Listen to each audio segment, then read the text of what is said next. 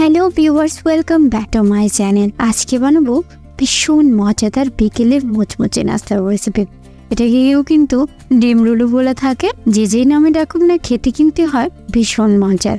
সকালে কিংবা বিকেলের নাস্তায় যারা একদমই মুচমুচে যায় তাদের জন্য কিন্তু এই রেসিপিটি একদমই পারফেক্ট। শুধুমাত্র ময়দা আর ডিম দিয়ে কিন্তু আপনি এই সুন্দর মুচমুচে নাস্তাটি তৈরি করে নিতে পারবেন। তো কথা না বলে আমি দেখিয়ে দিচ্ছি কীভাবে এই নাস্তাটি আমি তৈরি করে নিচ্ছি।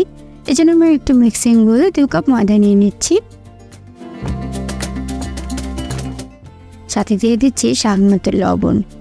এবার দিয়ে দিচ্ছি 1/2 চামচের মতো চাট মশলা, দিয়ে দিচ্ছি অল্প কিছুটা জিরার গুঁড়ো, আর দিয়ে দিব 1.5 টেবিল চামচ ধনিয়া পাতা কুচি, দিয়ে দিচ্ছি 2 টেবিল চামচ সয়াবিন তেল। এবার এই সবগুলো উপকরণকে আমি ময়দার সাথে খুব ভালোভাবে মিক্স করে নেব।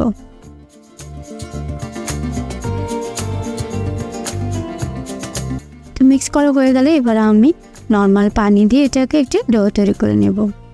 পানিটা একবারে দেওয়া যাবে না, পরিমাণ বুঝে খুব সাবধানভাবে কিন্তু ডোটা তৈরি করে নিতে হবে, যেন খুব বেশি নরম বা খুব বেশি শক্ত হয়ে না যায়। তো দেখতে পাচ্ছেন আমি কিন্তু খুব সুন্দরভাবে ডোটা তৈরি করে নিচ্ছি। তো ডোটা তৈরি করা হয়ে গেছে। এবার ডো থেকে আমি অল্প কিছুটা গোল নিয়ে রুটি বানিয়ে নেব।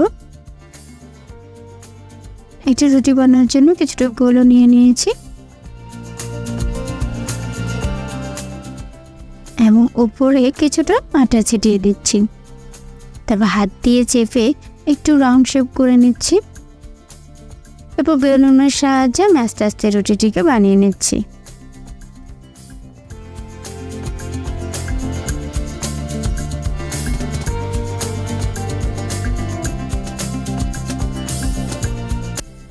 তো রুটিটাকে আমি চারপাশে কিন্তু সমানভাবে করে নিচ্ছি। এরপর একটি কাটার দিয়ে আমি সাইডের বাড়তি অংশগুলোকে কেটে দিচ্ছি।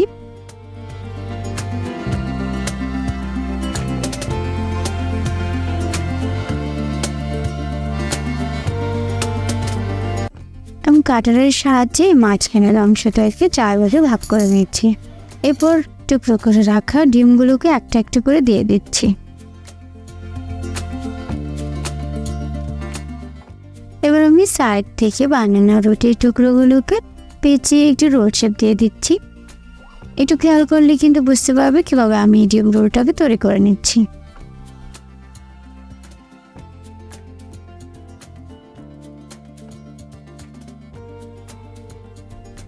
এরপর আমি একটি কাঁটা চামচের সাহায্যে সাইডের অংশগুলোতে একটু নকশা তৈরি করে নিচ্ছি। এতে কিন্তু খাবারগুলো দেখতে অনেক বেশি সুন্দর লাগে।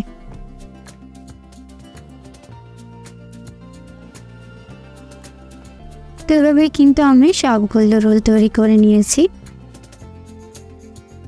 আমি এগুলোকে ফ্রাই করার জন্য চুলায় একটি প্যান বসে তাতে পর্যাপ্ত পরিমাণে তেল দিয়ে দিয়েছি। এবার তেলের মধ্যে আমি একটা একটা করে সবগুলো রোল দিয়ে দিয়েছি।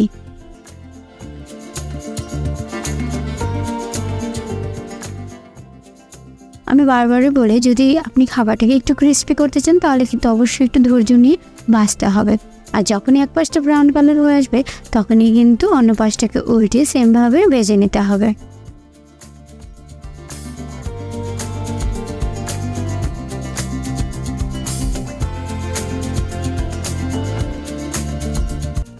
তো বন্ধুরা, এটা কিন্তু অল্প কিছুক্ষণের মধ্যে 2 পাশটাই সেমভাবে ব্রাউন কালার চলে আসবে। আর মিডিয়াম আঁচে ভাজার জন্য কিন্তু এটা তখনই মুচমুচে হয়ে যাবে।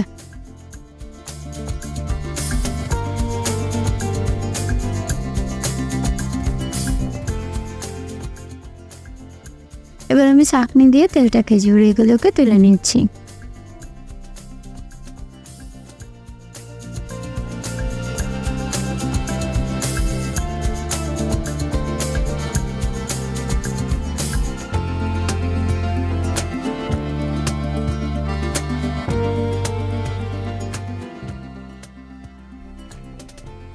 এবং সার্ভ করে দেখিয়ে দিচ্ছি এটা কতটা সুন্দর এবং পারফেক্ট হয়েছে।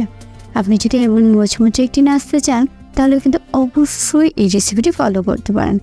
এটা কিন্তু খেতে ভীষণ মজাদার হয়। তো বন্ধুরা, আমি আশা করছি আমার আজকের রেসিপিটি তোমাদের ভালো লেগেছে।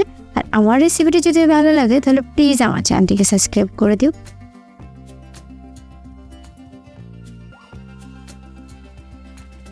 আমি আবারও হাজির হব নতুন কোনো ভিডিও নিয়ে। সে পর্যন্ত অনেক বেশি ভালো থাকবো। আল্লাহ হাফিজ।